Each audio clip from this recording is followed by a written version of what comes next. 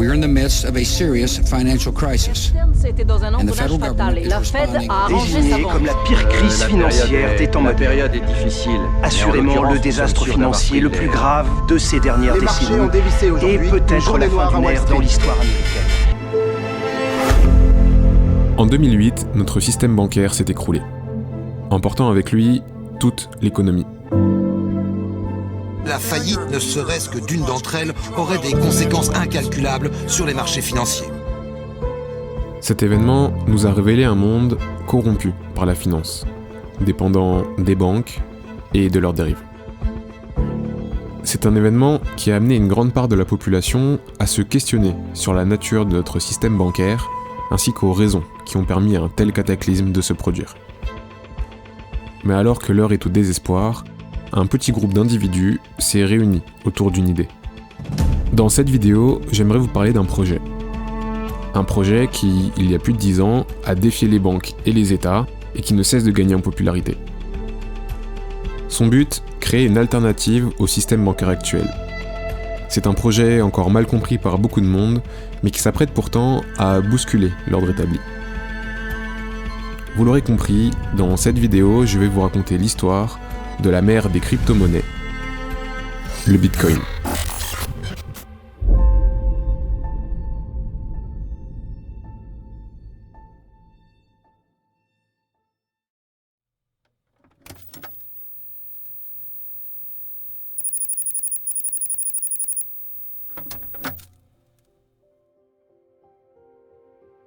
Quand on pense Bitcoin, on pense généralement crypto-monnaie. Mais avant de comprendre ce que sont les crypto-monnaies, il est important de comprendre ce que sont les monnaies. D'où viennent-elles et à quoi servent-elles ? En effet, au cours de l'histoire, les monnaies ont beaucoup évolué, passant de comptes de dette fragiles à des monnaies métalliques, des billets, etc. Cependant, le changement le plus important est l'évolution du pouvoir politique sur cette monnaie. Comment sommes-nous passés de monnaies autonomes, basées sur des ressources limitées, à des monnaies politiques contrôlées par des États ? Bien, pour le comprendre, nous devons remonter à l'apparition de la monnaie. Dès l'apparition des premières civilisations, le besoin de s'échanger de la valeur est apparu, et il a fallu trouver un moyen efficace de commercer. La plupart des gens pensent que le premier moyen d'échange utilisé par les civilisations antiques était le troc. Cette vision a été largement diffusée par Adam Smith, père de l'économie moderne, et par les économistes qui l'ont suivi. Cependant, aucune trace de civilisation utilisant le troc comme moyen d'échange n'a été trouvée à ce jour. Le troc étant un moyen bien trop inefficace de par sa difficulté à trouver de la demande, il n'aurait pas permis à une quelconque civilisation d'émerger et de prospérer. L'anthropologue David Graeber explique que la première forme d'échange connue était la dette. On observe en effet des traces de comptes de dette en Mésopotamie ancienne, la première forme de civilisation connue à ce jour, également inventrice de l'écriture. La plupart des dettes prenaient la forme physique de tablettes d'argile, sur lesquelles était inscrite une obligation de paiement futur, généralement exprimée en or ou en argent, en guise d'unité de compte. Elles étaient ensuite scellées dans des enveloppes d'argile et marquées du sceau de l'emprunteur. Le prêteur conservait l'enveloppe en guise de caution et elle était ouverte lors du remboursement, généralement payé en orge. À certaines périodes, ces tablettes sont même devenues des instruments négociables, puisque la tablette à l'intérieur n'enregistrait pas simplement une promesse de payer le prêteur initial, mais était assignée au détenteur de la tablette. En d'autres termes, une tablette représentant 5 shekels d'argent pouvait être considérée comme 5 vrais shekels d'argent. Les citoyens se sont donc mis à utiliser ces tablettes comme des monnaies. La première forme de monnaie échangeable était donc de la monnaie dette. Cependant, ce système avait des limites. Les civilisations antiques ont dû à plusieurs reprises faire annuler les dettes car les défauts de paiement devenaient trop problématiques. De plus, ce système se montrait très inefficace quand il fallait échanger avec des inconnus, ce qui limitait la capacité d'expansion des cités. C'est pour cette raison que l'or et l'argent restaient très utilisés pour le commerce international. Cependant, elles restaient des ressources extrêmement rares et étaient réservées à des classes d'élite.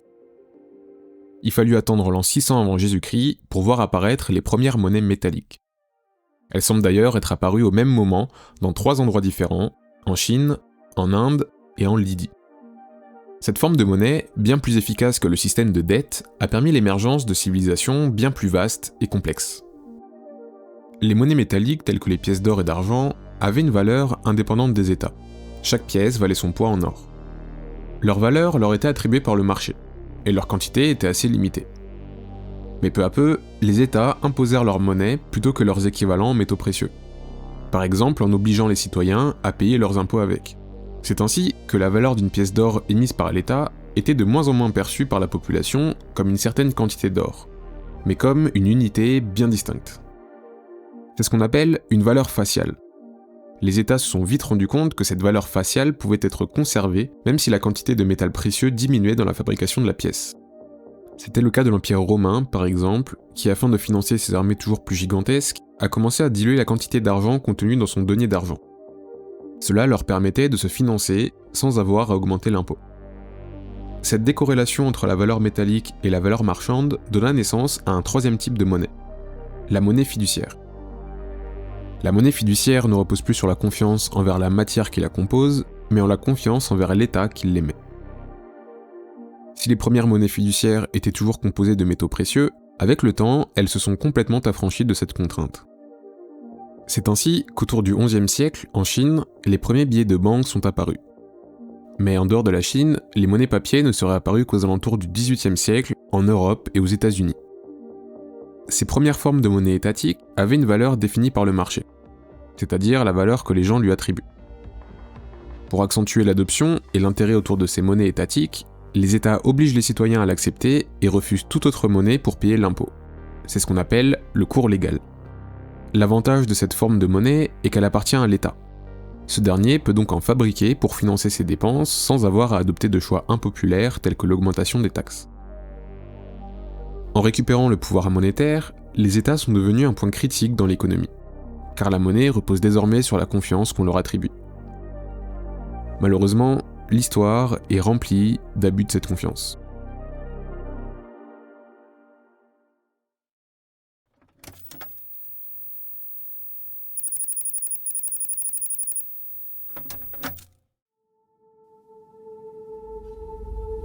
So the fiat currency system is a system with a spotty history. There are a great deal of risks and problems with the fiat currency system. Another one being that you are trusting basically a bunch of strangers with your life saving. L'arrivée des monnaies fiduciaires a profondément changé le visage de l'économie mondiale. Mais pas sans conséquences. En plaçant le pouvoir monétaire entre les mains de quelques institutions centrales, on a créé un équilibre fragile, où la stabilité de tout un système repose sur un nombre restreint d'acteurs. Cette concentration de pouvoir est une vulnérabilité latente. La moindre défaillance, la moindre crise, pourrait entraîner une onde de choc qui se répercuterait sur l'ensemble de la société. Mais avant de comprendre comment un tel scénario peut se réaliser, nous devons savoir comment notre système actuel fonctionne et qu'est-ce qui le rend si fragile.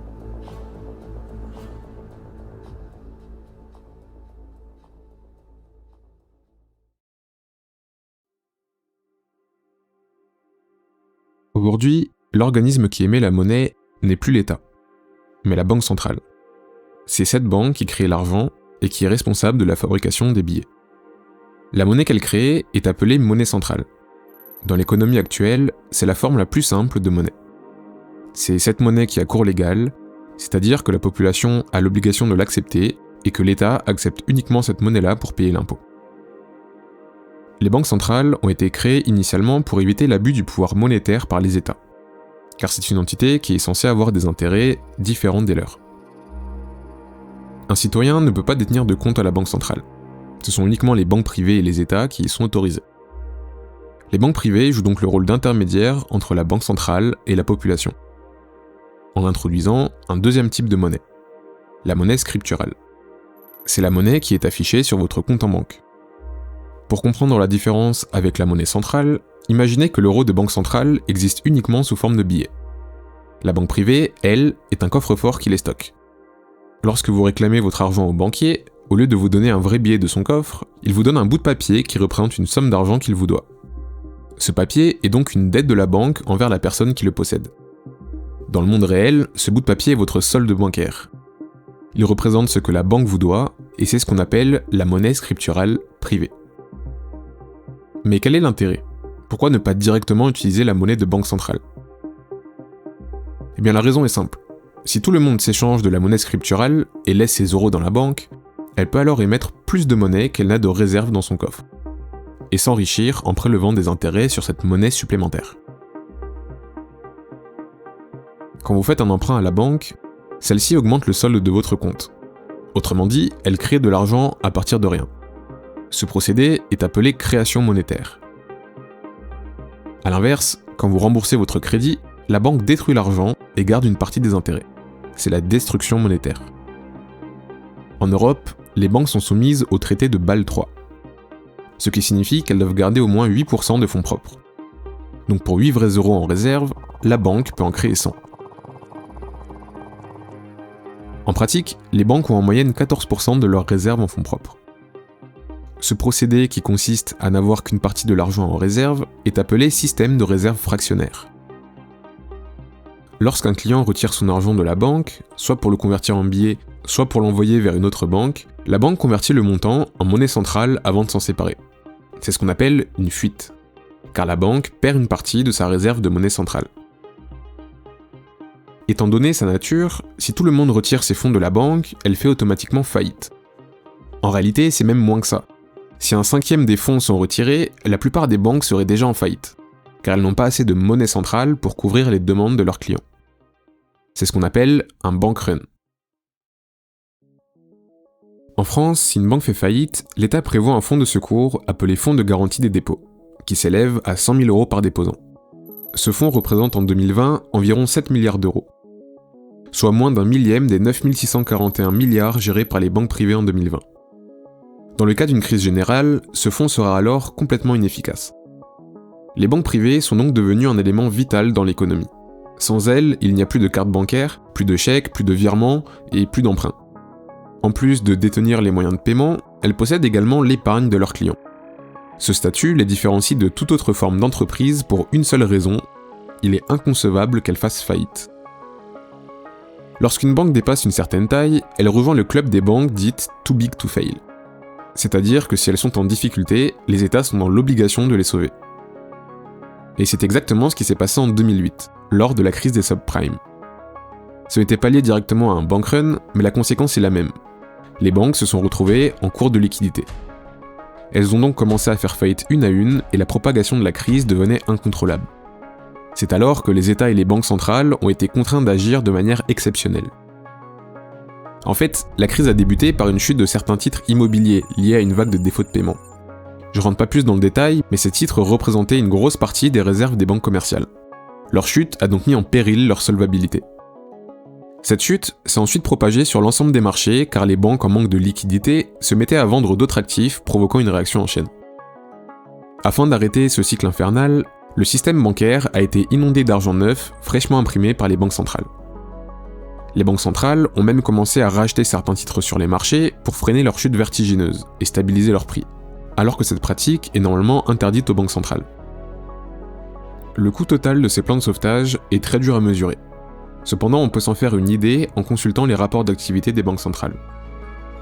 On observe que juste après la crise, la Banque centrale américaine, la Fed, a imprimé environ 800 milliards de dollars, et atteint même les 1200 milliards en 2010.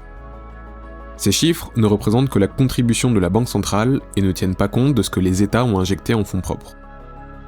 Côté Europe, c'est environ 500 milliards qui ont été imprimés par la Banque centrale européenne en 2009. Mais même si cette pratique a permis de stopper la catastrophe, elle ne vient pas sans risque. En multipliant la quantité d'argent en circulation, les banques centrales prenaient le risque de diluer la valeur de la monnaie et de provoquer une inflation. C'est-à-dire une augmentation du coût de la vie pour toute la population, pouvant mener à un cercle vicieux infernal, l'hyperinflation. Lorsque la création monétaire s'emballe, si la quantité de richesse n'augmente pas, alors les prix se mettent à augmenter. Le risque d'hyperinflation arrive quand l'inflation est trop forte et que la population fuit la monnaie pour aller vers des valeurs refuges ou vers d'autres devises, ce qui auto-alimente le problème jusqu'à un point où l'économie entière se dérègle et où la population plonge dans une pauvreté extrême. C'est ce qu'on observe aujourd'hui dans des pays comme l'Argentine ou le Venezuela qui sont complètement ravagés par l'hyperinflation et où les prix augmentent de près de 300% par an. Toutes ces mesures exceptionnelles ont coûté très cher aux États, qui en subissent encore aujourd'hui les conséquences, et ont démontré que les banques commerciales représentent un réel risque systémique. Cela pose aussi des problèmes de souveraineté. Est-ce qu'il est normal que le pouvoir de la création monétaire soit attribué à des entreprises privées ? Est-il normal que les actions des banques puissent impacter autant la population ? Ou est-il normal que les États payent pour les actions irresponsables des banques ? Toutes ces questions vont ressurgir, et c'est dans ce contexte qu'une partie de la population a pris conscience de l'ampleur du problème et que la confiance envers le système bancaire s'est affaiblie. Cependant, à cet instant-là, il n'existait encore aucune alternative solide au système bancaire. Encore aujourd'hui, pour s'échanger de la valeur, nous sommes obligés de faire confiance aux banques privées, et pour que la monnaie ne se dévalue pas, nous devons faire confiance aux banques centrales. Mais alors que le monde tentait de se remettre de cette crise, c'est dans une petite sphère d'initiés qu'un tout petit fichier de 8 pages a tout doucement commencé à faire parler de lui.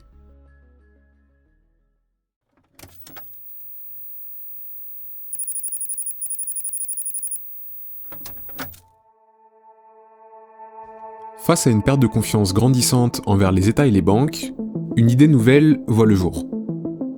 Sous le pseudonyme de Satoshi Nakamoto, un auteur anonyme propose une solution révolutionnaire. Un système permettant de transférer de la valeur de manière totalement décentralisée, qui ne dépendrait d'aucun tiers de confiance. Ce système, baptisé Bitcoin, n'est pas seulement une innovation technique. Il s'inscrit dans un courant idéologique puissant qui remet en cause les fondements mêmes de notre société. Dans ce chapitre, nous découvrirons les origines de cette vision, le fonctionnement de Bitcoin et son incroyable potentiel pour redessiner les règles du système économique actuel. Le Bitcoin, la crypto-monnaie dépasse pour la première fois habitué à des variations vertigineuses, valait Bitcoin. Le Bitcoin n'en finit plus de faire saliver les investisseurs. L'unité de cette crypto-monnaie vaut Les aujourd'hui légendes dit que c'est un japonais, Satoshi Nakamoto, qui l'aurait créé en 2009. Do not underestimate where this is going. The Internet of Money was launched on January 3rd, 2009. It's coming. It's coming faster than you can imagine. It's deeper than you can fathom. It takes years of study just to see all of the implications.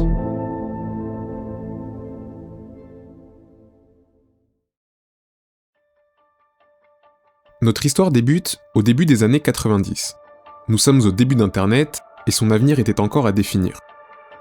Au bord de la baie de San Francisco, en Californie, un groupe de personnes imagine déjà les problèmes qu'Internet peut provoquer sur la vie privée de ses utilisateurs, ainsi que les dérives que cela peut impliquer. Ce groupe est avant tout une communauté de programmeurs, qui partagent une vision. Celle que si rien n'est fait, la vie privée sera vouée à disparaître, et les États et les entreprises pourront accéder à un nombre terrifiant de données personnelles sur l'ensemble de la population, devenant ainsi un outil de contrôle plus qu'inquiétant, inacceptable. Afin de protéger la vie privée, ces programmeurs et mathématiciens comptent sur le chiffrement des données, aussi appelé cryptographie. C'est ce qui leur a valu le nom cypherpunks, dérivé du mot anglais cipher, qui veut dire chiffrer. À la base, la cryptographie est un moyen de transformer un message en un code qui ne peut être déchiffré que par ceux qui en ont la clé de déchiffrement. Cette technologie a été largement utilisée durant la Seconde Guerre mondiale pour éviter que les messages radio puissent être interceptés et lus par l'ennemi. On pouvait alors intercepter les messages, mais il était impossible de les déchiffrer. La cryptographie a longtemps été considérée comme une arme de guerre et son exportation était alors interdite. Les cypherpunks pensaient que la cryptographie serait la clé qui permettrait de préserver la vie privée sur Internet. Ils considéraient que tout le monde devait avoir accès à des algorithmes de chiffrement forts. Ils se sont donné comme mission de les créer et de les partager. Le mouvement a pris la forme d'une chaîne d'emails, aussi appelée mailing list, où ils partageaient leurs visions et leurs projets. À une période sans réseaux sociaux, cette mailing list était un des premiers exemples de communauté en ligne. Elle prend forme en 1992, fondée par un petit groupe de cryptographes, et elle s'est ensuite développée jusqu'à atteindre environ 2000 membres à travers le monde en 1999. Certains d'entre eux se sont même confrontés directement au gouvernement. L'exemple le plus connu est celui de Philip Zimmermann, créateur de PGP, un algorithme de chiffrement. En 1993, il est poursuivi par le gouvernement américain pour trafic d'armes, du fait, à l'époque, de la nature militaire de la cryptographie. Cet événement va déclencher une forte réaction de la part des cypherpunks. Le gouvernement finit en 1996 par abandonner ses poursuites sans donner d'explication particulière. Les cypherpunks étaient alors considérés comme des rebelles, combattant pour la vie privée et l'anonymat sur Internet. Un des pionniers du mouvement, Eric Hughes, en décrit assez bien l'idée dans son manifeste, le Cypherpunk Manifesto. Nous, les cypherpunks, sommes voués à l'édification du système anonyme. Nous défendons notre droit à la vie privée avec la cryptographie, des systèmes de messagerie anonymes, des signatures numériques et de l'argent électronique. Les cypherpunks écrivent du code. Nous savons qu'il faut produire du logiciel afin de pouvoir protéger la vie privée, et nous allons le faire. Notre code est libre d'accès, pour tous et partout. Nous savons que le code est indestructible et qu'un système largement décentralisé ne peut être arrêté. Dans leur combat pour la vie privée, les cypherpunks s'opposaient également au tiers de confiance.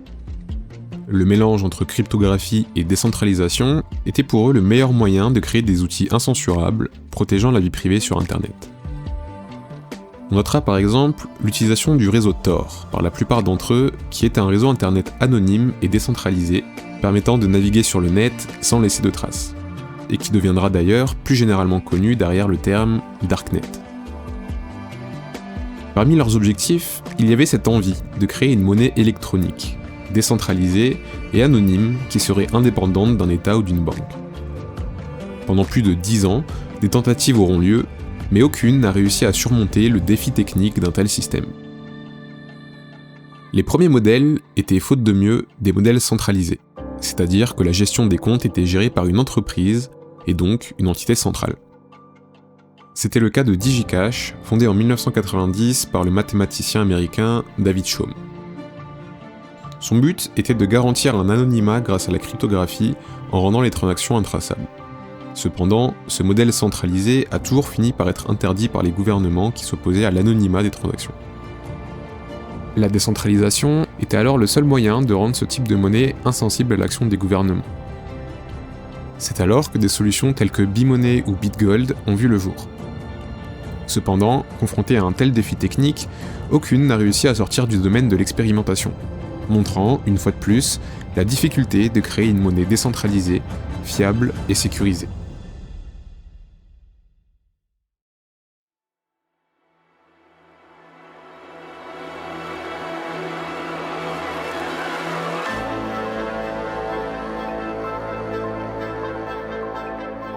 En 2008, un certain Satoshi Nakamoto contacte par email plusieurs de ces cypherpunks pour leur présenter son travail.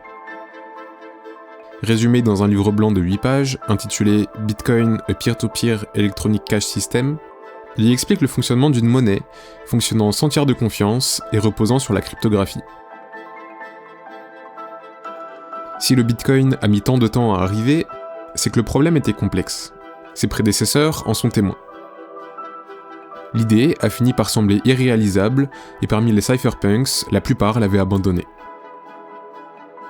À part quelques-uns, la plupart n'ont pas pris au sérieux la proposition de Satoshi Nakamoto, la considérant comme une énième tentative désespérée. Mais certains, tels que Adam Back, Gavin Andresen ou encore Hal Finney, y ont cru, et ont reconnu le potentiel de la proposition de Nakamoto. Mais alors, pourquoi était-ce si difficile à mettre en œuvre ? Outre la décentralisation, le principal problème était technique. Il s'agissait de la double dépense, soit le fait de pouvoir dépenser plusieurs fois le même argent. Dans un système classique, les transactions sont envoyées à un tiers de confiance, tel qu'une banque, qui vérifie que l'argent que vous avez envoyé n'a pas déjà été dépensé. Si la banque est honnête, elle ne vous autorisera jamais à dépenser 2 fois le même argent. Mais dans un système sans tiers de confiance, cela devient tout de suite plus compliqué. Qui contrôle les transactions afin d'éviter la double dépense s'il n'y a plus d'entité centrale ? Eh bien, avant de comprendre la solution apportée par Nakamoto, nous devons d'abord intégrer 2 usages de la cryptographie relativement simples à comprendre.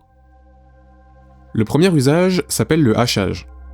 Cette technique simple utilise un algorithme pour transformer une donnée en un code indéchiffrable appelé hash.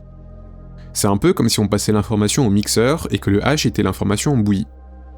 Ce dernier possède 2 propriétés. La première propriété est le caractère imprévisible du hash. Par exemple, le hash d'un document de 100 pages sera complètement différent du hash du même document modifié ne serait-ce que d'une virgule. En revanche, si le document est identique et haché une deuxième fois, le hash restera le même. La deuxième propriété est l'impossibilité de retrouver l'information initiale à partir de son hash. De la même façon qu'on ne peut pas reconstituer un légume à partir de sa bouillie. La fonction de hachage est extrêmement utilisée dans le stockage de mots de passe. Par exemple, lorsque vous entrez un mot de passe sur un site, ce dernier va le mixer et stocker uniquement son hash. Ainsi, à chaque connexion, lorsque vous envoyez votre mot de passe, le site le mixe à nouveau et compare le hash avec celui qu'il a stocké à l'inscription. Si les deux correspondent, alors le mot de passe est correct, et vous êtes connecté. Cette méthode est très utile pour protéger les mots de passe, parce qu'elle permet de vérifier la validité d'une donnée sans avoir à la stocker explicitement. La deuxième notion est le chiffrement asymétrique. Il se distingue du chiffrement symétrique qui permet de chiffrer et de déchiffrer une information avec un même code. Par exemple, pour un code consistant à modifier un texte en décalant les lettres suivant leur place dans l'alphabet, il suffit d'inverser la méthode pour le déchiffrer. On dit que le chiffrement est symétrique car la méthode de chiffrement est la même que la méthode de déchiffrement, mais dans l'autre sens. A l'inverse, le chiffrement asymétrique utilise deux clés différentes. Une pour chiffrer et l'autre pour déchiffrer les messages. Si la clé A encode un message, seule la clé B peut le déchiffrer, et vice-versa. Ce modèle est à la base du système de clés publiques et de clés privées, où l'une de ces clés est gardée secrète et où l'autre est partagée. Ainsi, si vous voulez m'envoyer un secret, il suffit de l'encoder avec ma clé publique.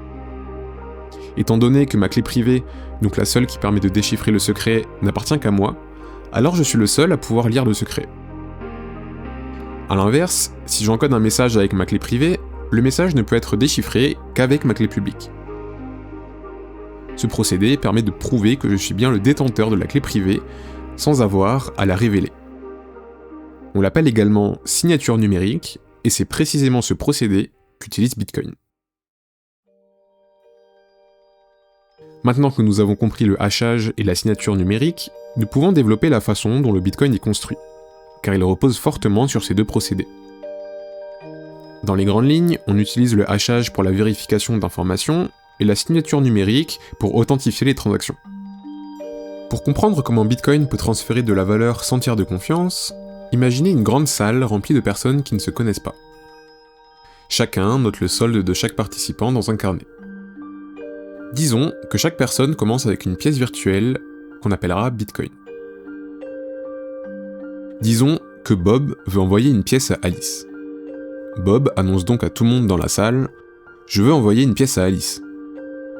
Tous les participants ouvrent alors leur carnet et mettent à jour les soldes. Désormais, Bob a 0 Bitcoin et Alice en a 2.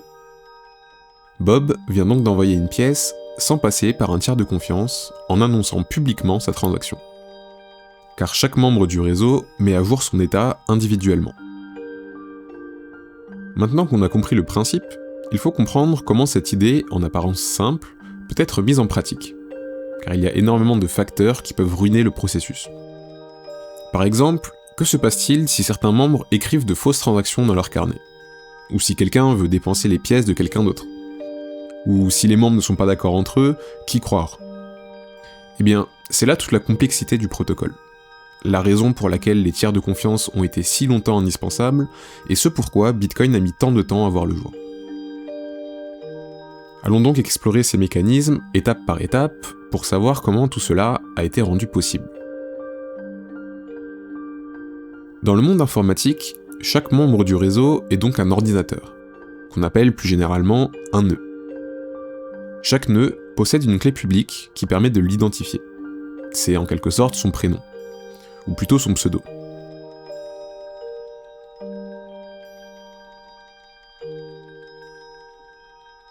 Il possède également une clé privée qui permet de prouver son identité. La clé publique est générée à partir de la clé privée, et chaque message encodé avec la clé privée peut être décodé avec la clé publique. C'est la signature numérique qu'on a vue précédemment. Donc à ce stade, nous avons un réseau d'ordinateurs interconnectés qui possèdent tous une paire de clés cryptographiques afin de s'identifier. Quand un utilisateur veut dépenser une pièce, il doit rédiger une transaction en indiquant le montant et le destinataire, puis la signer avec sa clé privée pour prouver qu'il en est bien l'auteur. C'est un peu comme signer un chèque pour autoriser un paiement. Une fois rédigée, la transaction peut être partagée à tous les autres nœuds afin qu'ils puissent mettre à jour les soldes, non pas sur leur cahier, mais sur leur disque dur.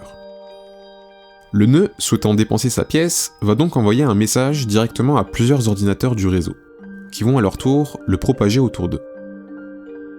Les nœuds peuvent alors vérifier la signature en utilisant la clé publique de l'envoyeur. S'ils arrivent à la déchiffrer, c'est que la signature est valide, et ils peuvent mettre à jour les soldes. Ce système fonctionnerait super bien si tous les nœuds étaient honnêtes. Mais que se passe-t-il si certains nœuds trichent en modifiant les soldes sans transaction valide ? Comme si quelqu'un ajoutait de l'argent sur son compte sans dépôt réel. Cela créerait plusieurs versions des soldes et entraînerait des désaccords sur qui possède quoi. On perdrait alors toute coordination entre les membres et on ne saurait alors plus du tout qui possède quoi, parce que tout le monde finit par avoir des soldes différents. Mais alors, comment réussir à coordonner tous ces membres sans compter sur leur coopération ? Un moyen qui permettrait de faire fonctionner le système, même si tous les membres se comportaient de la pire des façons. Dans un premier temps, Satoshi Nakamoto abandonne l'idée de solde. Chaque nœud stockera désormais toutes les transactions qu'il a reçues sur son disque dur. Il n'y a donc plus de notion de compte. L'idée est la suivante. Lorsque vous effectuez une transaction avec Bitcoin, vous ne spécifiez pas simplement une quantité de Bitcoin à envoyer. À la place, vous référencez une transaction précédente qui vous a envoyé des bitcoins. C'est ce qu'on appelle votre input. Et oui, car si je possède un bitcoin, c'est que quelqu'un me l'a envoyé auparavant. Donc pour prouver que je possède bien ce bitcoin, il me suffit de montrer la transaction qui me l'a transféré. Ensuite, vous spécifiez à qui envoyer les bitcoins en créant une output. Vous incluez la clé publique du destinataire. Pour prouver que vous avez le droit de dépenser les bitcoins de votre input, vous signez la transaction avec votre clé privée, ce qui prouve votre identité au réseau. Ainsi, les membres du réseau n'ont plus qu'à vérifier la signature à partir de la clé publique inscrite dans l'input. Chaque output devient ainsi l'input de la transaction suivante, et ainsi de suite. Ainsi, les nœuds peuvent se permettre de ne plus stocker de solde pour chaque compte, et se contenter de vérifier les transactions à partir de leurs inputs. En fait, ce système reproduit virtuellement le système de cash. Lorsque vous avez une tirelire remplie de 10 billets de 10 €, certes, on peut dire que vous avez un solde de 100 €, mais il n'est inscrit nulle part. Chaque billet provient en réalité d'une transaction précédente qui vous a été destinée. Pour dépenser 5 €, vous devez alors utiliser un billet de 10 €, et on vous rendra ensuite un billet de 5 € en guise de monnaie. C'est une transaction qui en contient en réalité 2. Votre paiement de 10 € au commerçant et le rendu de monnaie de 5 € que vous pourrez dépenser plus tard.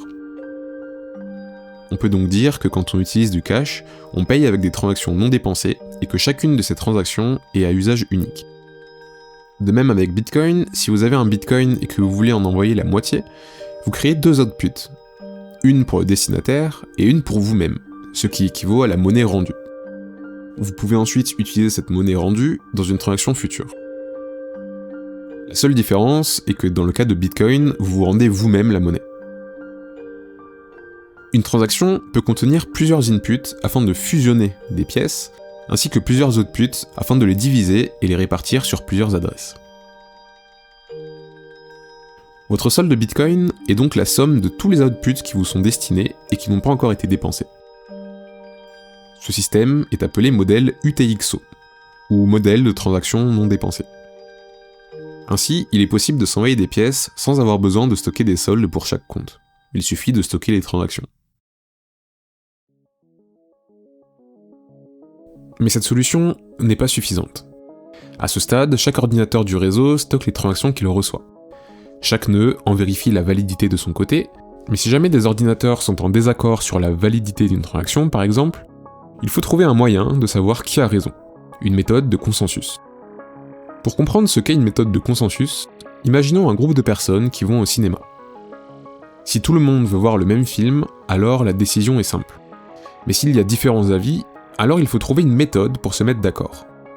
Et bien c'est précisément ce qu'est l'algorithme de consensus. La méthode qui permet aux nœuds de se mettre d'accord non pas sur le film à aller voir, mais sur les transactions valides et leur ordre d'exécution. L'approche la plus intuitive quand on veut trouver un consensus est le vote. En effet, si à chaque transaction tous les nœuds faisaient un vote pour savoir si oui ou non elle est validée, alors le problème serait résolu. La majorité a toujours raison et on peut se mettre d'accord. Mais c'est oublier deux aspects très importants dans tel réseau d'ordinateurs.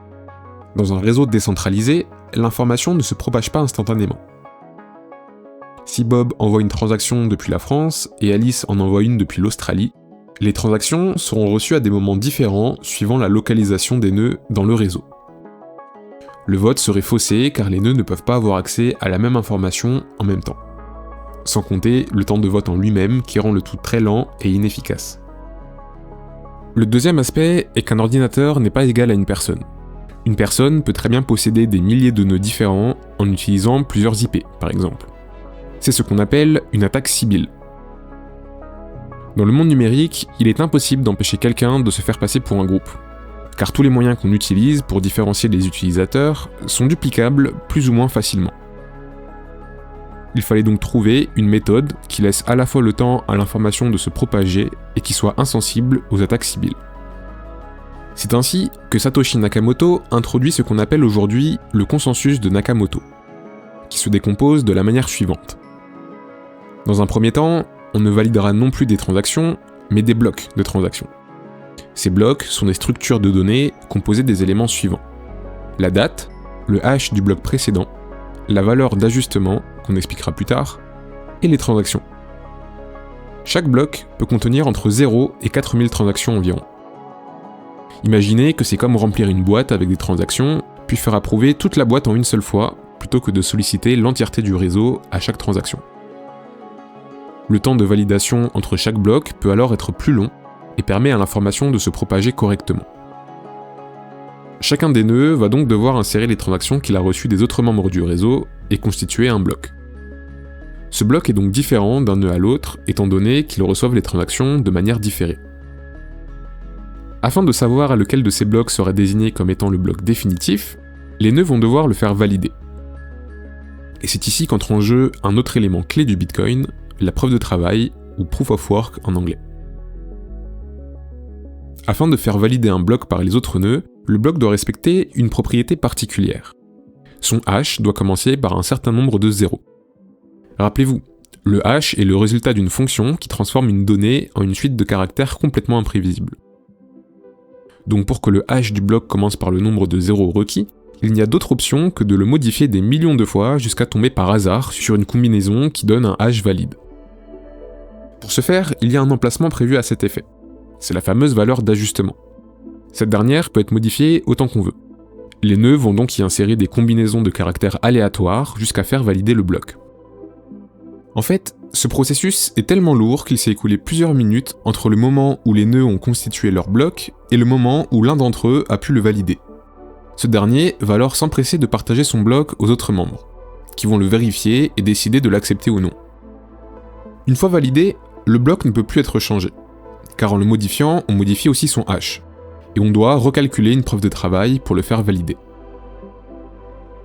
Cela évite que des nœuds modifient le contenu du bloc valide pour y insérer des transactions frauduleuses, par exemple. Pour les nœuds qui reçoivent un bloc, il y a deux options.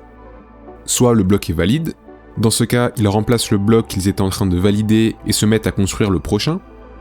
Soit le bloc est invalide, et dans ce cas, les nœuds rejettent le bloc et continuent de travailler sur le leur. En fait, la preuve de travail impose un coût réel en termes de temps et de ressources informatiques, rendant économiquement non viable pour un attaquant d'y insérer des transactions invalides. Son bloc serait rejeté par les autres et il aura perdu du temps et de l'argent à calculer la preuve de travail.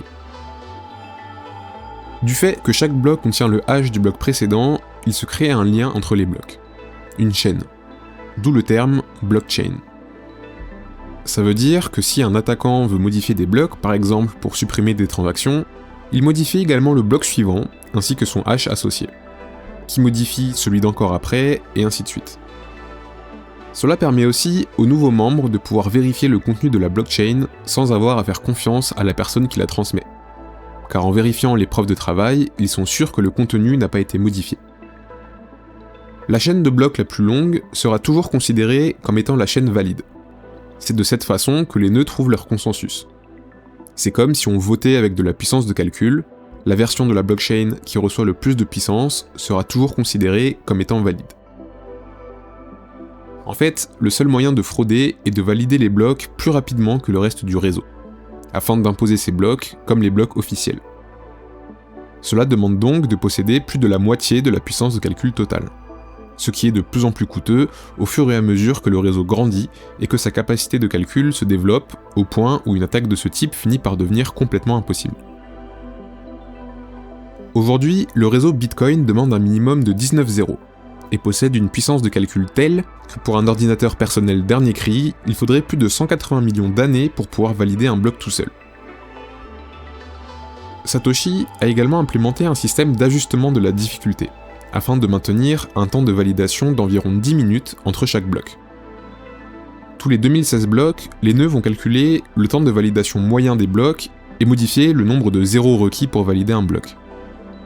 Ainsi, si la puissance de calcul du réseau augmente de trop, les calculs se complexifient pour éviter que les nœuds valident des blocs trop vite.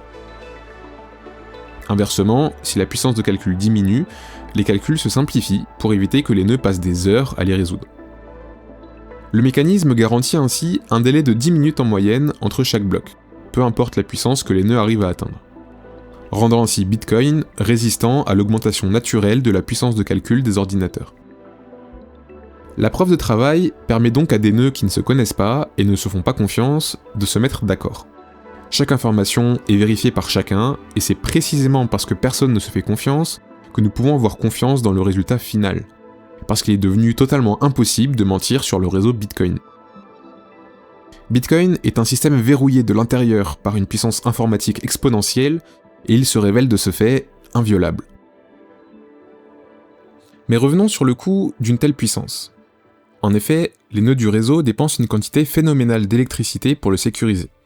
Pour qu'ils aient un intérêt à contribuer de la sorte au réseau, chaque nœud qui valide un bloc a la possibilité d'y inclure une transaction spéciale. On l'appelle le Coinbase. Une transaction sans input qui contient de nouveaux bitcoins. Le nœud qui a généré la preuve de travail peut donc inclure cette transaction dans le bloc et mettre son adresse en destinataire. Il vient donc de récupérer de tout nouveaux bitcoins et peut couvrir ses frais d'électricité grâce à ce gain. Les nœuds sont donc motivés à travailler par l'appât de la récompense, et c'est ainsi que les bitcoins se créent et se propagent au fil du temps. La ressemblance de l'activité avec l'extraction de métaux précieux a valu aux nœuds qui essayaient de valider des blocs le nom de mineurs. Pour compenser l'augmentation du prix du bitcoin au fil du temps, Satoshi Nakamoto a implémenté un mécanisme qui va peu à peu faire baisser la récompense des mineurs. Le but étant que les mineurs finissent par ne gagner que les frais de transaction. Initialement, la récompense de bloc était de 50 bitcoins par bloc miné. Cette récompense est divisée par 2 tous les 210 000 blocs, ce qui se produit environ tous les 4 ans. C'est ce qu'on appelle le halving. Donc après le premier halving, la récompense de bloc est passée à 25 bitcoins par bloc, puis à 12,5 bitcoins, et ainsi de suite.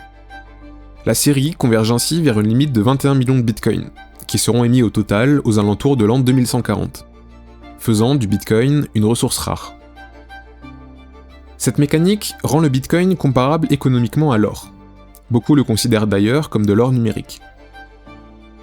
21 millions peut sembler peu, mais le bitcoin est hautement divisible. Le centime du bitcoin, appelé aussi le satoshi, en référence à son créateur, représente un 100 millionième de bitcoin et vaut aujourd'hui 0,09 centimes de dollar. Tous ces mécanismes complexes, mis bout à bout, ont permis pour la première fois de l'histoire d'Internet un échange de valeurs entre individus, sans banque, sans État et sans intermédiaire, directement de pair à pair. Et il faut bien comprendre ce que ça représente, car malgré la complexité de son protocole, ce n'est pas la blockchain la révolution. Ce n'est pas non plus le proof of work, ou peu importe quel mécanisme qui a permis à Bitcoin de fonctionner. La vraie révolution, c'est que pour la première fois de l'histoire, une banque d'un tout nouveau genre est née. Une banque sans employés, sans patron, sans actionnaire. Une banque totalement autonome qui ne fait pas de différence entre ses clients, peu importe leurs origines, leur âge, leur patrimoine ou leur langue. Pour avoir accès au système Bitcoin, vous ne demandez la permission à personne, et vous pouvez accéder à une économie mondialisée à partir d'un téléphone et d'une connexion internet. C'est ça, la vraie révolution de Bitcoin. une révolution monétaire au cœur de tous nos échanges qui vous permet d'envoyer de l'argent à l'autre bout du monde en 10 minutes pour quelques centimes de frais. Aucune banque n'est capable d'une telle prouesse. Dans un monde où plus de 2 milliards d'individus n'ont pas accès au système bancaire, c'est une avancée majeure qui s'apprête à changer le monde, qui s'impose face à un système bancaire cassé et à des politiques monétaires irresponsables qui détruisent des économies, des pays et des vies. Un or digital sécurisé par un réseau d'ordinateurs décentralisé, autonome et accessible à tous, où le pouvoir de la création monétaire est détenu par aucune entité, aucun gouvernement, aucune banque, et ni même par son créateur. Bitcoin a donné un grand coup de pied dans la fourmilière, et nous sommes désormais à l'aube d'une économie d'un genre nouveau.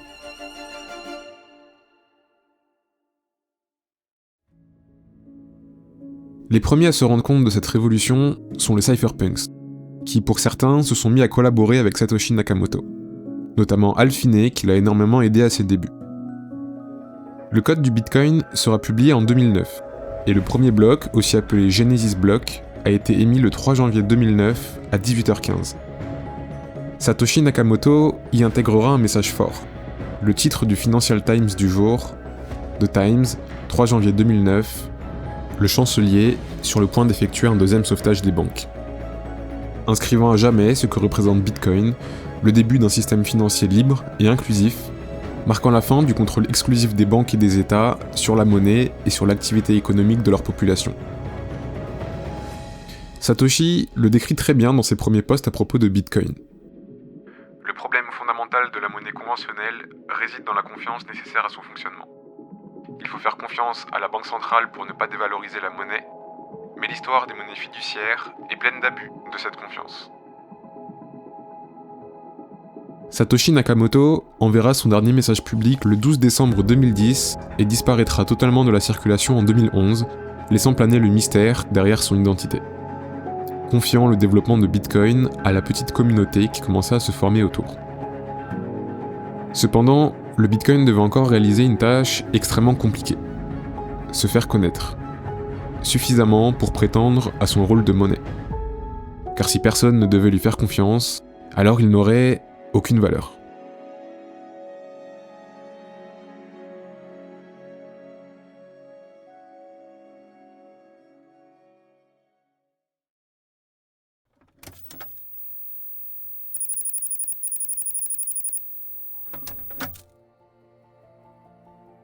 Maintenant que le Bitcoin était lancé, il fallait le démocratiser. Le réseau devait s'agrandir, l'usage se simplifier et le code se perfectionner afin que son adoption puisse commencer. Durant ces premières années, le Bitcoin restera dans sa phase d'expérimentation, tel un sujet de laboratoire. Seuls les programmeurs aguerris s'y intéressent. En effet, le code du Bitcoin n'a pas tout de suite été parfait. Il restait encore quelques dysfonctionnements et quelques bugs. Contrairement à ce qui se dit, Satoshi Nakamoto n'était pas un génie de la programmation. Il était un ingénieur de génie et un visionnaire d'une rare pertinence, mais en réalité, son code était assez amateur. Les personnes qui l'ont aidé au début ont donc grandement contribué à perfectionner le code du Bitcoin, notamment Hal Finney, qui était un programmeur hors pair. Satoshi Nakamoto semblait d'ailleurs admiratif du travail de Hal Finney. Certaines théories suggèrent que le faible niveau de Satoshi Nakamoto en programmation aurait été un moyen de protéger son anonymat, afin de ne pas laisser son style de programmation trahir son identité. Cependant, nous n'avons aucun moyen de l'affirmer, et quoi qu'il arrive, la contribution des premiers développeurs a été d'une importance cruciale en matière de sécurité et d'optimisation. Durant cette période, Bitcoin a subi beaucoup d'attaques, même si la plupart étaient mineures.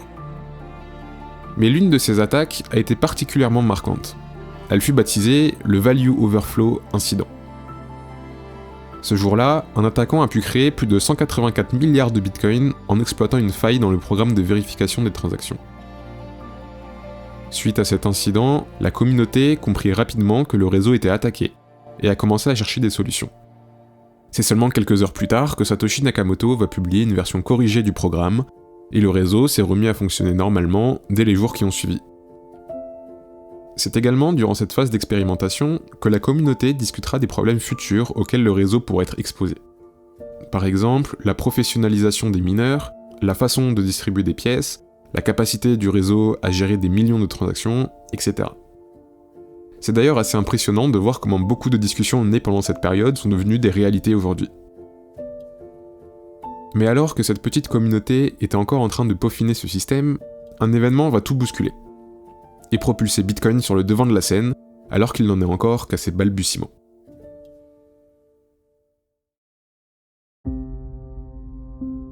Le 25 juillet 2010, Wikileaks, un site qui partage des documents classifiés, publie plus de 75 000 rapports secrets américains en rapport avec la guerre en Afghanistan. C'est une des fuites les plus importantes de l'histoire de l'armée américaine. Celle-ci montre que l'État américain a volontairement caché énormément de crimes commis par son armée envers des civils et qu'elle aurait à de nombreuses reprises porté atteinte aux droits de l'homme. On y retrouve des actes de torture, des meurtres d'enfants et autres abominations passées sous silence par l'armée. Suite à cette affaire, en plus de poursuivre le fondateur de Wikileaks, l'État américain va faire pression sur les prestataires de paiement tels que PayPal ou Visa pour que Wikileaks ne puisse plus recevoir de dons. Le site se retrouve alors sans financement. Julian Assange, son fondateur, envisageait de permettre les dons faits en Bitcoin. En effet, il faisait partie du mouvement cypherpunk et avait déjà connaissance de l'existence de Bitcoin. Mais en novembre 2010, Satoshi Nakamoto va mettre en garde Wikileaks, disant que le réseau Bitcoin était encore trop jeune pour être soumis si tôt à une telle exposition médiatique. Cela aurait risqué de le détruire car il n'était pas encore prêt à pouvoir encaisser un tel flux. Wikileaks attendra alors l'année suivante pour accepter les Bitcoins. Le site a reçu, en 2011, sur une période de 6 mois, plus de 650 donations pour un total d'environ 2000 Bitcoins. Cependant, Satoshi exprimera son inquiétude face à cet énorme coup de projecteur. Cela aurait été bien d'attirer cette attention dans un autre contexte. Wikileaks a donné un coup de pied dans la ruche et maintenant les uns se dirigent vers nous. Malgré le jeune âge du Bitcoin, sa résilience face à la tourmente Wikileaks et à la censure du gouvernement américain est la première vraie démonstration de la robustesse de son protocole. Et cela attirera l'attention de la CIA, qui invite Gavin Andresen, un des développeurs de la première heure, à leur parler du Bitcoin. Peu de temps après, Satoshi Nakamoto arrêtera de s'exprimer publiquement et entretiendra uniquement des liens par email avec d'autres développeurs. Il enverra son dernier message à Gavin Andresen à propos de son rendez-vous avec la CIA. J'aimerais que vous ne continuiez pas à parler de moi comme d'un mystérieux personnage sombre.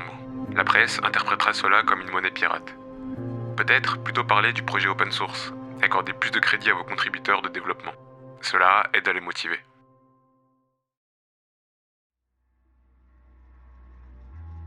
Mais alors que l'adoption du Bitcoin venait de débuter grâce à Wikileaks, d'autres personnes, ayant vu le potentiel de sa résilience, se sont dit qu'il pourrait être utilisé pour des transactions illégales, afin d'échapper aux restrictions des prestataires de paiement. Le plus célèbre d'entre eux était Silk Road, une place de marché du Darknet, où il était possible d'acheter de la drogue ou des armes en Bitcoin. Silk Road prend une ampleur considérable de 2012 à 2013. Sa croissance est telle que le site a du mal à suivre le rythme, générant un volume de plusieurs millions de dollars par mois en transactions. Entre septembre 2012 et août 2013, l'un des portefeuilles de Silk Road transférera plus de 700 000 bitcoins. On estime le chiffre d'affaires total du site à plus de 1,2 milliard de dollars. Ce dernier devient donc un problème d'ampleur pour les autorités. Son influence sur le Bitcoin était telle que Silk Road a représenté pendant longtemps plus de 15% de l'activité économique du Bitcoin. Bitcoin était alors devenu pour la plupart des gens la monnaie du crime et du Darknet. Les médias se sont emparés de l'affaire et ont contribué à propager cette image désastreuse du Bitcoin. Mais malgré le coup de projecteur de Silk Road, la réputation qu'il lui a offerte en retour coûtera très cher au Bitcoin. En réaction à cet engouement néfaste, en 2012, plusieurs développeurs vont créer la Bitcoin Foundation, qui aura pour but de réparer cette image criminelle auprès des gouvernements et de développer la connaissance et l'adoption du Bitcoin. Mais malgré les efforts de la fondation et de la communauté, encore aujourd'hui, l'un des principaux arguments contre le Bitcoin est son usage criminel. Pourtant, depuis que les techniques d'analyse de la blockchain ont évolué, cet usage a considérablement diminué. En 2022, le taux d'usage criminel du Bitcoin est évalué à 0,24%. Parmi ces usages, seule une infime partie est attribuée au marché du Darknet. Mieux, le taux de sanction judiciaire de ces usages criminels a été multiplié par 4 entre 2018 et 2022. En 2013, Silk Road sera fermé par le FBI et son créateur, Dread Pirate Roberts, de son vrai nom Ross William Ulbricht, sera condamné à perpétuité. Le Bitcoin perdra plus de 30% de sa valeur le jour de la fermeture, preuve de la corrélation entre les deux entités. Cependant, le Bitcoin continuera son chemin et va peu à peu se refaire une réputation.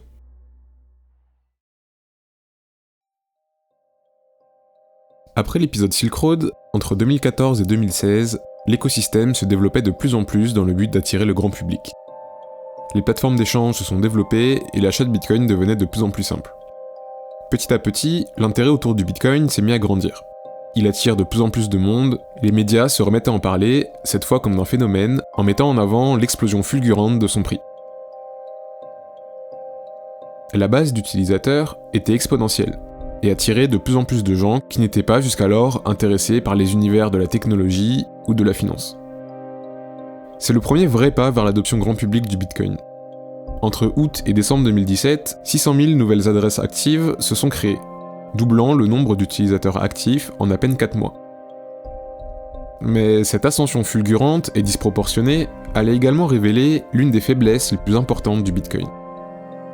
Alors que le nombre de transactions était en pleine explosion sur le réseau, les frais de transaction ont commencé à dépasser les limites du raisonnable. Au pic, les frais ont atteint les $50 par transaction et rendaient l'utilisation du réseau invivable. Mais pourquoi de telles sommes ? Eh bien, la montée des frais de transaction était en fait due à l'incapacité du réseau à gérer un grand nombre de transactions par seconde. Les blocs de la blockchain Bitcoin sont soumis à une limite de 1 mégabit. Ça veut dire que si un bloc contient plus de 1 mégabit de transaction, soit environ 4000 transactions, il est alors considéré invalide. Cette limite contraint donc le réseau à ne pouvoir gérer qu'environ 4 à 6 transactions par seconde. Bien loin des 2000 transactions par seconde du réseau Visa par exemple. Dans ce cas, les utilisateurs augmentent leurs frais de transaction pour que les mineurs les priorisent et les intègrent plus rapidement dans un bloc. C'est un peu comme si vous étiez à la sortie d'une gare bondée et que le seul moyen de transport était le taxi. S'il y a une armée de taxis, alors vous n'aurez probablement aucun problème à en prendre un pour vous amener chez vous. Mais si à l'inverse il n'y a que 5 taxis, alors tout le monde se mettrait à proposer plus d'argent pour être emmené par un taxi. Et bien dans le cas du Bitcoin, les taxis sont les mineurs et les clients sont les transactions. À la suite de cet événement, un long débat commence sur les solutions permettant la mise à l'échelle du Bitcoin. Et ce débat est encore aujourd'hui considéré comme l'épisode le plus conflictuel de l'histoire du Bitcoin.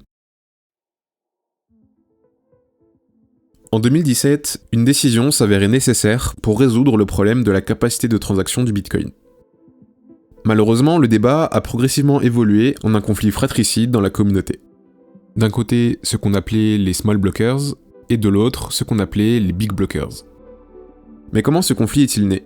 Et que signifient small blockers et big blockers ? Eh bien pour le comprendre, nous devons remonter un peu le temps jusqu'en juin 2015.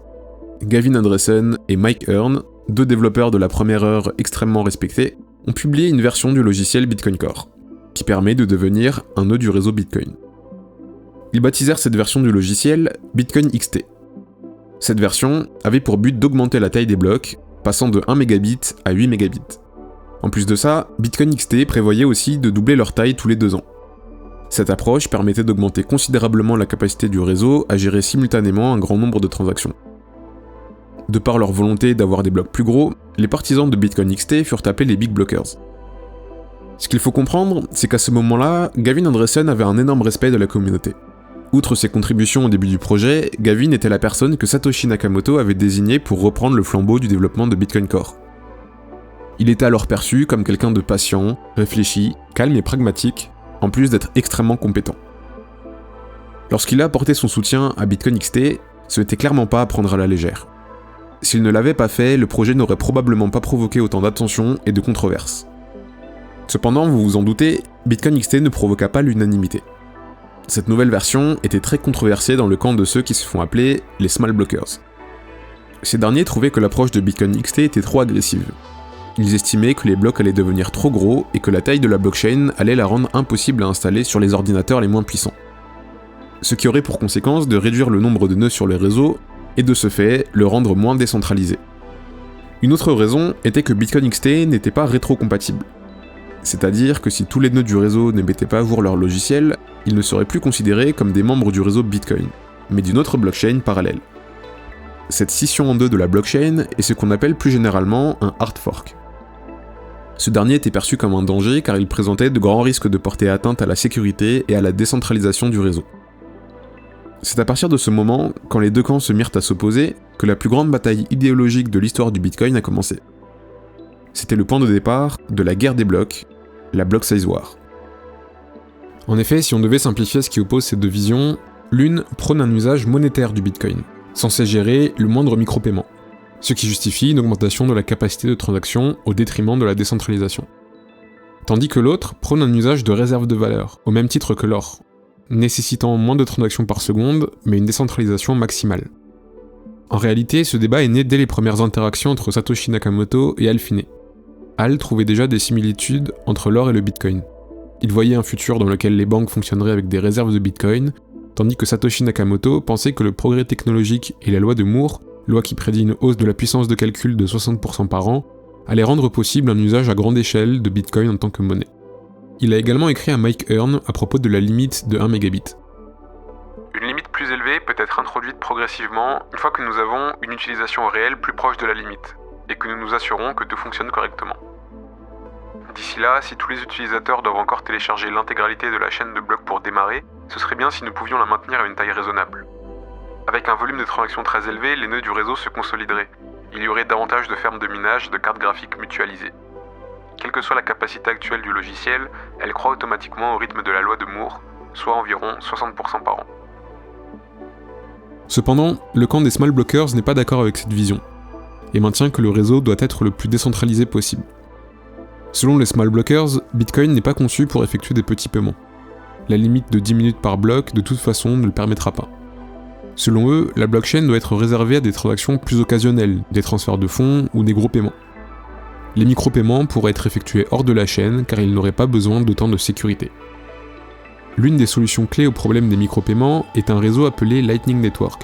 Ce dernier s'appuie sur des travaux non achevés de Satoshi Nakamoto, nommé High Frequency Trading. Satoshi évoquait ici un système de canaux de paiement, dans lequel deux nœuds s'échangent des transactions signées et n'enregistrent que l'état final dans la blockchain. Un peu à la manière d'une chambre de compensation. Cependant, il abandonna l'idée, faute de solution permettant d'empêcher la fraude d'une des deux parties. C'est précisément ici que le Lightning Network entre en jeu, en résolvant ce problème grâce à un système de sanctions. Le Lightning Network est donc un réseau secondaire qui vient se superposer au réseau Bitcoin. On appelle ce genre de solution un Layer 2, ou couche 2. Le principe est simple, deux individus bloquent des bitcoins sur une adresse détenue par les deux parties. Par exemple, Alice dépose 1 bitcoin et Bob 2 bitcoins. Ils ont donc bloqué 3 bitcoins sur une adresse. Ensuite, Alice et Bob peuvent s'échanger de la valeur en signant des transactions qu'ils s'envoient entre eux, mais sans les publier sur la blockchain. Chaque transaction décrit alors l'état du compte commun. Par exemple, si Bob envoie un bitcoin à Alice, alors Bob rédige une transaction où il écrit que Alice possède 2 bitcoins et où lui en possède 1. Ainsi, Alice peut débloquer les fonds de l'adresse grâce à la transaction de Bob. Et les fonds seront envoyés automatiquement vers les comptes de Bob et de Alice selon le statut de la transaction. Seule la dernière transaction du canal Alice-Bob sera enregistrée sur la blockchain. Mais le réseau permet aussi des échanges indirects. Par exemple, si Alice veut envoyer des bitcoins à Martin, mais qu'elle n'a pas de canal avec lui, elle peut passer par le canal de Bob, qui lui a un canal avec Martin. C'est ainsi que le réseau permet d'échanger de la valeur avec à peu près tout le monde sans avoir à créer une infinité de canaux. Le Lightning Network jouera donc un rôle très important dans le conflit idéologique, car les small blockers ont désormais un argument en plus. Grâce au Lightning, Bitcoin peut rester décentralisé, tout en augmentant sa capacité de transaction. La blockchain serait alors un réseau solide, lent mais sécurisé, idéal pour les grosses transactions ou la réserve de valeur, tandis que le Lightning serait le réseau des micro-paiements. Les small blockers vont donc proposer une mise à jour, nommée Segwit, qui permettra la future mise en place du Lightning Network. Les deux visions vont se polariser durant plusieurs années, au point où toute décision semble impossible. D'un côté, les big blockers ont effectué énormément de lobbyisme, usant de la réputation de Gavin pour convaincre de gros acteurs à utiliser Bitcoin XT. Tandis que de l'autre, les small blockers qui détenaient les forums et les places de discussion ont utilisé la censure pour empêcher les discussions allant dans le sens de Bitcoin XT. Certains small blockers ont même lancé des attaques par déni de service à plusieurs nœuds Bitcoin XT, afin de les rendre inopérationnels, allant même dans certains cas jusqu'à saturer le réseau de régions entières. Bitcoin XT ne réussira pas à convaincre suffisamment de personnes et Mike Hearn finira par abandonner le projet, déclarant que Bitcoin avait échoué, qui fera perdre définitivement le soutien à Bitcoin XT. Quelques semaines plus tard, Gavin Andresen et Jeff Garzik introduisent un nouveau client appelé Bitcoin Classic, qui reprend les idées de Bitcoin XT, mais de manière plus douce. Contrairement aux 8 mégabits proposés par Bitcoin XT, Bitcoin Classic propose une taille de bloc de 2 mégabits, doublant la capacité actuelle. Les soutiens de Bitcoin XT vont donc lui apporter leur soutien, et Bitcoin Classic va gagner en popularité, contribuant au clivage entre les deux camps. À mesure que Bitcoin Classic gagnait en popularité et menaçait de scinder le réseau, une réunion d'urgence fut organisée le 20 février 2016. Cet événement rassemblera les mineurs, certaines entreprises influentes et les développeurs de Bitcoin Core. Après de longues heures de négociations, un accord fut trouvé. Bitcoin Core accepte d'augmenter la taille à 2 mégabits en plus d'implémenter la mise à jour SegWit, qui leur permettra la mise en place du Lightning Network. Cet accord était censé mettre fin à la Block Size War, mais il a finalement créé davantage de conflits. Chaque camp a interprété l'accord différemment et il finira par être abandonné. La situation devient de plus en plus bloquée, et une troisième proposition des Big Blockers gagnait en popularité, Bitcoin Unlimited. Ce dernier n'introduit pas de limite fixe, mais un mécanisme permettant d'augmenter la taille des blocs de manière dynamique, permettant aux utilisateurs de définir eux-mêmes la taille des blocs. Suite à la menace de hard fork, un développeur anonyme va proposer une modification du client Bitcoin Core, qui permet aux nœuds non mineurs de forcer les mineurs à implémenter SegWit, qui se fera appeler User Activated Soft Fork, ou UASF, et menace donc les Big Blockers qui étaient plus influents, mais moins nombreux. Face à cette menace, les Big Blockers vont finalement se plier aux exigences des utilisateurs et accepter la mise à jour SegWit. Le dénouement de la Block Size War sera interprété comme une victoire des utilisateurs face aux institutions.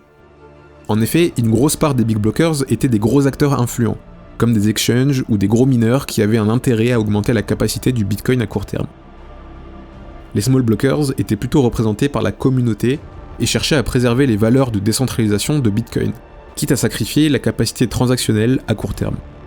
La bataille a également permis de savoir qui décidait réellement sur le réseau Bitcoin, et permet de montrer que ceux qui ont réellement le pouvoir ne sont pas les mineurs, les entreprises ou les développeurs, mais les utilisateurs qui font tourner des nœuds Bitcoin. Ce sont eux le dernier rempart face à l'influence d'acteurs puissants, et ils ont su démontrer leur capacité à se mobiliser pour préserver les valeurs du Bitcoin. Une partie des Big Blockers va tout de même effectuer un hard fork, implémentant le mécanisme de Bitcoin XT, qui se fera appeler Bitcoin Cash, et qui est toujours actif aujourd'hui, bien qu'il n'ait pas su attirer autant de monde que son concurrent. Mais ces nombreuses batailles ont retardé la progression de la technologie et ont eu pour conséquence d'affaiblir le réseau, le privant d'une part d'utilisateurs, de mineurs, de fonds et de développeurs. En 2018, le Bitcoin entame une longue période creuse. Perte d'utilisateurs, baisse d'intérêt, fin de l'exposition médiatique, etc.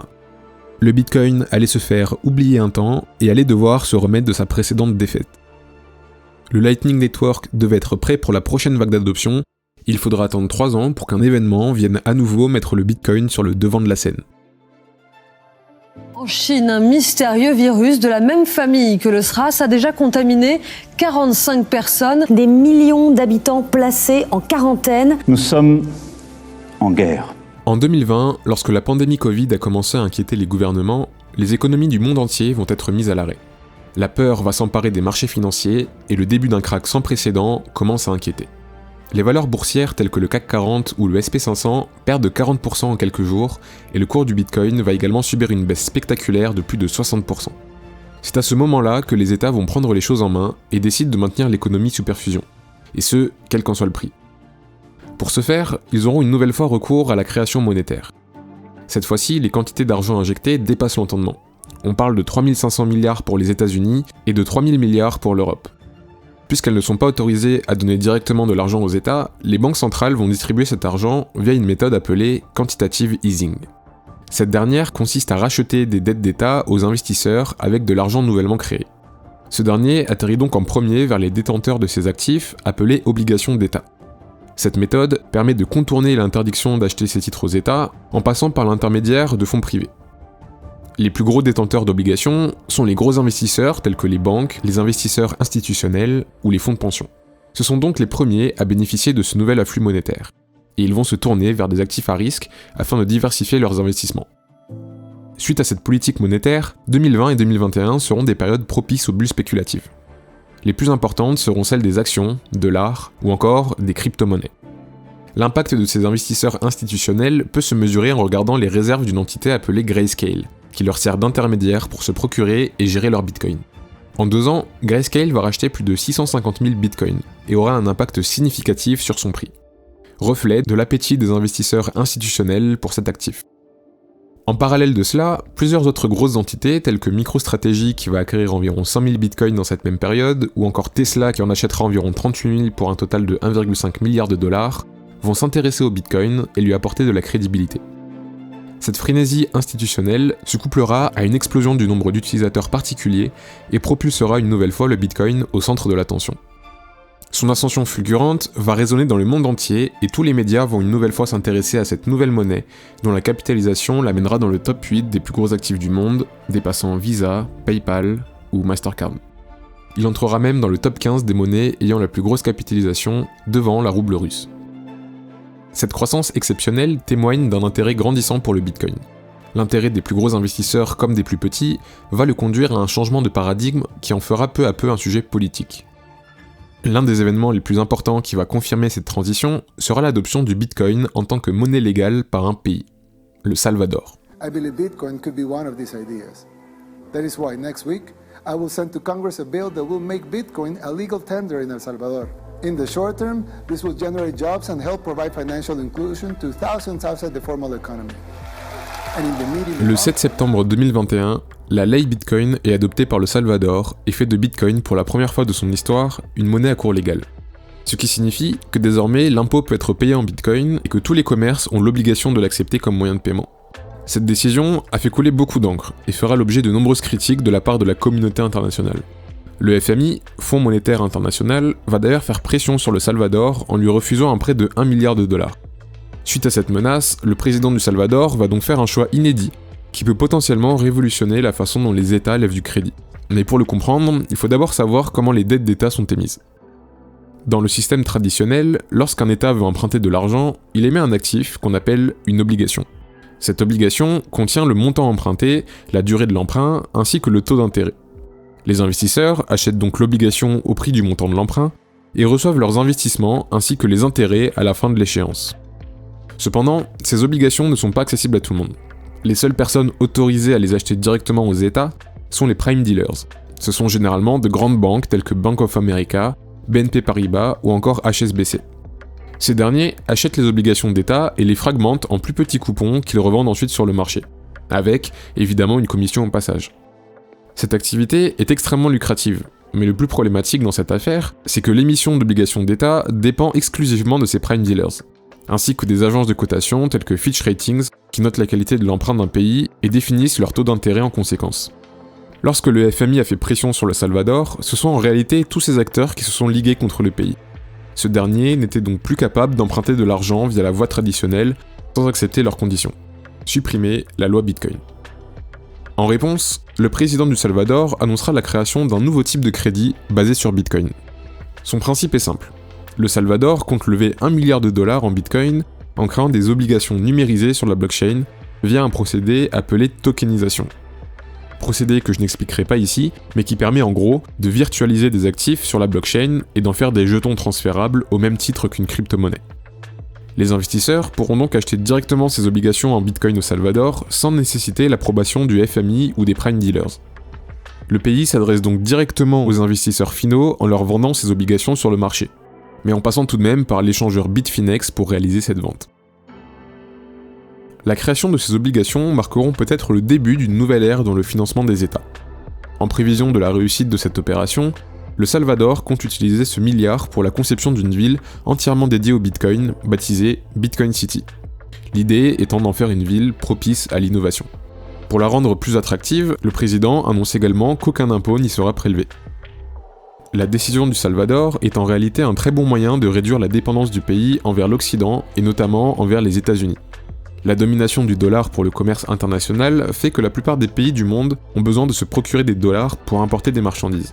Pour ce faire, ils n'ont d'autre choix que de commercer avec les États-Unis et d'accepter leurs obligations en guise de paiement. Cependant, si ces pays font des choix qui vont à l'encontre des intérêts des États-Unis, ces derniers peuvent bloquer l'envoi de dollars, les laissant dans l'incapacité de commercer avec le reste du monde. Plusieurs pays d'Amérique latine sont donc dépendants des États-Unis. Par exemple, le Venezuela fait face à des sanctions leur interdisant l'utilisation du dollar pour les exportations, notamment de leur pétrole, source de revenus conséquente pour le Venezuela. La situation du Salvador pourrait bien être une première victoire, et elle est observée attentivement par les pays alentours. On prend alors conscience que Bitcoin dans l'économie mondiale pourrait bien être la pièce manquante vers la fin de la domination du dollar. Cependant, ce processus pourrait bien prendre des décennies et dépendra énormément du succès des pays précurseurs comme le Salvador. Aujourd'hui, la situation semble tourner peu à peu en faveur de Bitcoin. Les législations évoluent et ce dernier commence progressivement à se faire une place dans la sphère économique. Depuis sa création, le Bitcoin a connu une croissance exponentielle comme on en voit très rarement dans les systèmes financiers. S'il a réussi à accroître sa base d'utilisateurs, il a également fait exploser le nombre de mineurs. Rappelez-vous, les mineurs mettent leurs machines à contribution pour espérer générer de nouveaux bitcoins. Le prix du bitcoin ayant été multiplié par plus de 50 millions depuis 2009, les récompenses de minage sont donc devenues très attractives et ont incité énormément de personnes à contribuer à la sécurisation du réseau. Les machines se sont spécialisées et le scénario évoqué par Satoshi Nakamoto a fini par se réaliser. Des fermes entières de GPU et d'ASICs sont apparues et la puissance de calcul a explosé, atteignant plus de 600 trillions de hash par seconde à l'heure où j'écris cette vidéo. La consommation électrique du réseau est estimée à plus de 140 TWh, soit l'équivalent de la consommation d'un pays comme l'Ukraine ou 30% de la consommation de la France. Cette puissance mise à disposition du réseau sert à le rendre résistant aux attaques et à la censure.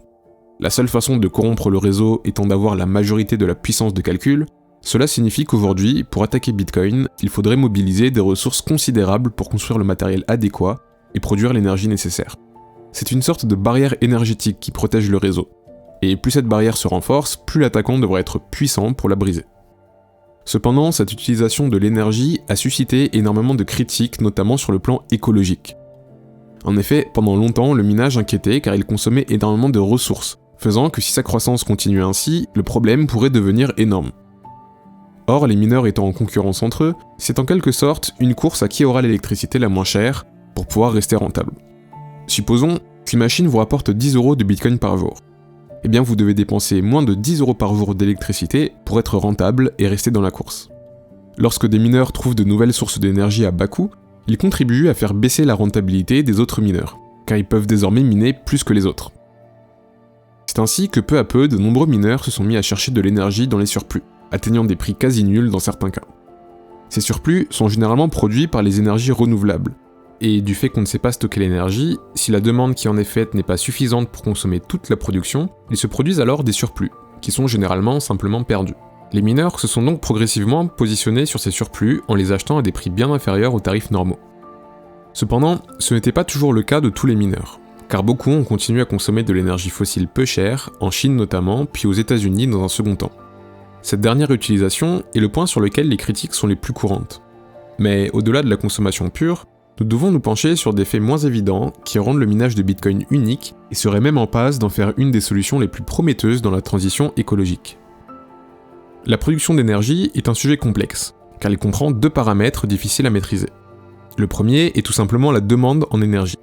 Dans le cas d'une ville, on parle donc de la consommation des ménages, des hôpitaux, mais aussi des entreprises et des industries. Cette demande peut être à peu près anticipée, mais elle reste un paramètre instable qui varie selon les besoins. En face, nous avons le deuxième paramètre, qui est la production d'énergie. Elle peut venir de centrales nucléaires, centrales au gaz, ou encore des énergies renouvelables, telles que l'énergie éolienne et l'énergie solaire. Étant donné que nous ne savons pas stocker l'énergie, cette production doit être ajustée à la demande pour éviter les excès lors des périodes creuses et éviter les coupures lors des périodes actives.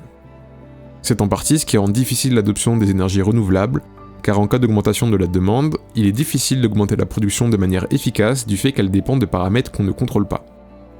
Et si la demande dépasse la production, alors une partie de la population se retrouve privée d'électricité. Et c'est précisément ce qui s'est passé en 2021 au Texas. Entre le 10 et le 20 février 2021, 3 fortes tempêtes de neige ont frappé le Texas, provoquant un double effet sur le réseau électrique. Le premier étant l'augmentation soudaine de la demande pour chauffer les logements, et le second la diminution de la production due à une mauvaise résistance au froid des centrales électriques. Ce double effet aura pour conséquence de priver 30% de la population en électricité, causant près de 300 morts durant cette période.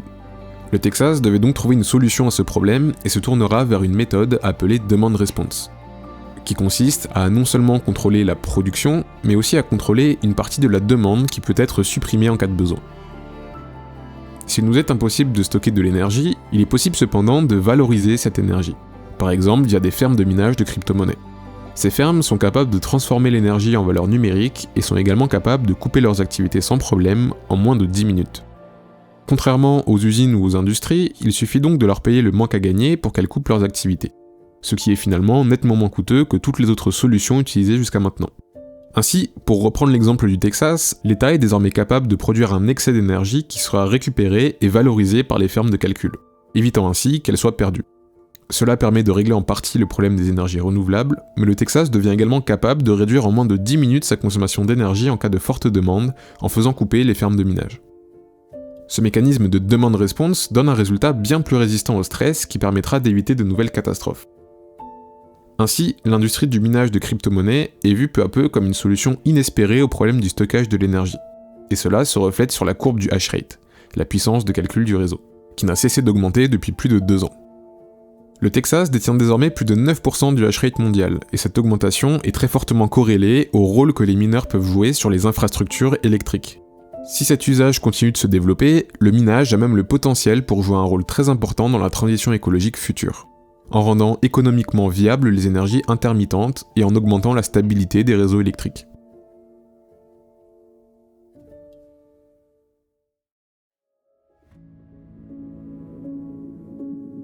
Depuis les premières civilisations, l'humanité s'est interrogée sur la valeur des choses, sur ce qui permet de mesurer nos échanges et de préserver nos richesses.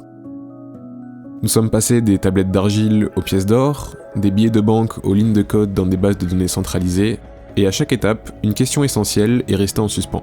À qui faisons-nous confiance pour garantir ce système ? Avec l'apparition des banques centrales et des monnaies scripturales, la réponse semblait claire. Nous avons délégué cette confiance à des institutions croyant qu'elles protégeraient nos intérêts. Mais comme l'histoire nous l'a montré, cette confiance a souvent été abusée. Des crises comme celle de 2008 ont révélé les limites d'un système où quelques-uns peuvent manipuler ce qui devrait être un bien commun, la monnaie. Bitcoin n'est pas né pour être une monnaie parmi d'autres. En retraçant son histoire, nous voyons plus qu'un projet technique. Nous découvrons un courant de pensée, une quête pour redéfinir les règles d'un jeu vieux de plusieurs millénaires. Les cypherpunks, ces pionniers anonymes, ont levé une barrière en faveur de la vie privée, de l'indépendance et de la décentralisation. Des valeurs devenues presque utopiques dans notre monde ultra connecté. Et Bitcoin est leur réponse. Un système ouvert, sans frontières ni discrimination, où chaque transaction, chaque décision repose non sur des promesses, mais sur des mathématiques inaltérables. Mais comme toute révolution, Bitcoin n'a pas été épargné par les défis. Il a traversé des zones d'ombre, des critiques acerbes et des usages détournés. Il a été vu comme un jouet de geeks, une monnaie de criminels ou un mirage pour spéculateurs. Pourtant, à travers tout cela, il a su résister. En 2009, quand le Genesis Block a été gravé dans la chaîne, le message qu'il portait en lui n'était pas qu'une simple annotation. Elle était un rappel, une mise en garde. La genèse de Bitcoin n'est pas un hasard. C'est une réponse directe aux échecs d'un système vieillissant. Aujourd'hui, Bitcoin continue de diviser. Certains le voient comme un outil spéculatif, d'autres comme un symbole de résistance face aux abus des pouvoirs centralisés. La beauté du Bitcoin réside dans son paradoxe. Il est à la fois simple dans son concept, mais d'une complexité fascinante dans son exécution. Il ne promet pas de résoudre tous les problèmes, mais il ouvre une voie, une alternative, une nouvelle manière de penser la monnaie, l'économie et peut-être même notre société. L'impulsion d'optimisme apportée par Bitcoin va en inspirer plus d'un, et pendant que la mer des crypto-monnaies avançait vers son but, d'autres vont tenter d'aller plus loin, porter les valeurs du Bitcoin au-delà de la monnaie, et donner naissance à une véritable quête vers la décentralisation de notre société. Mais nous discuterons de tout ça dans une prochaine vidéo.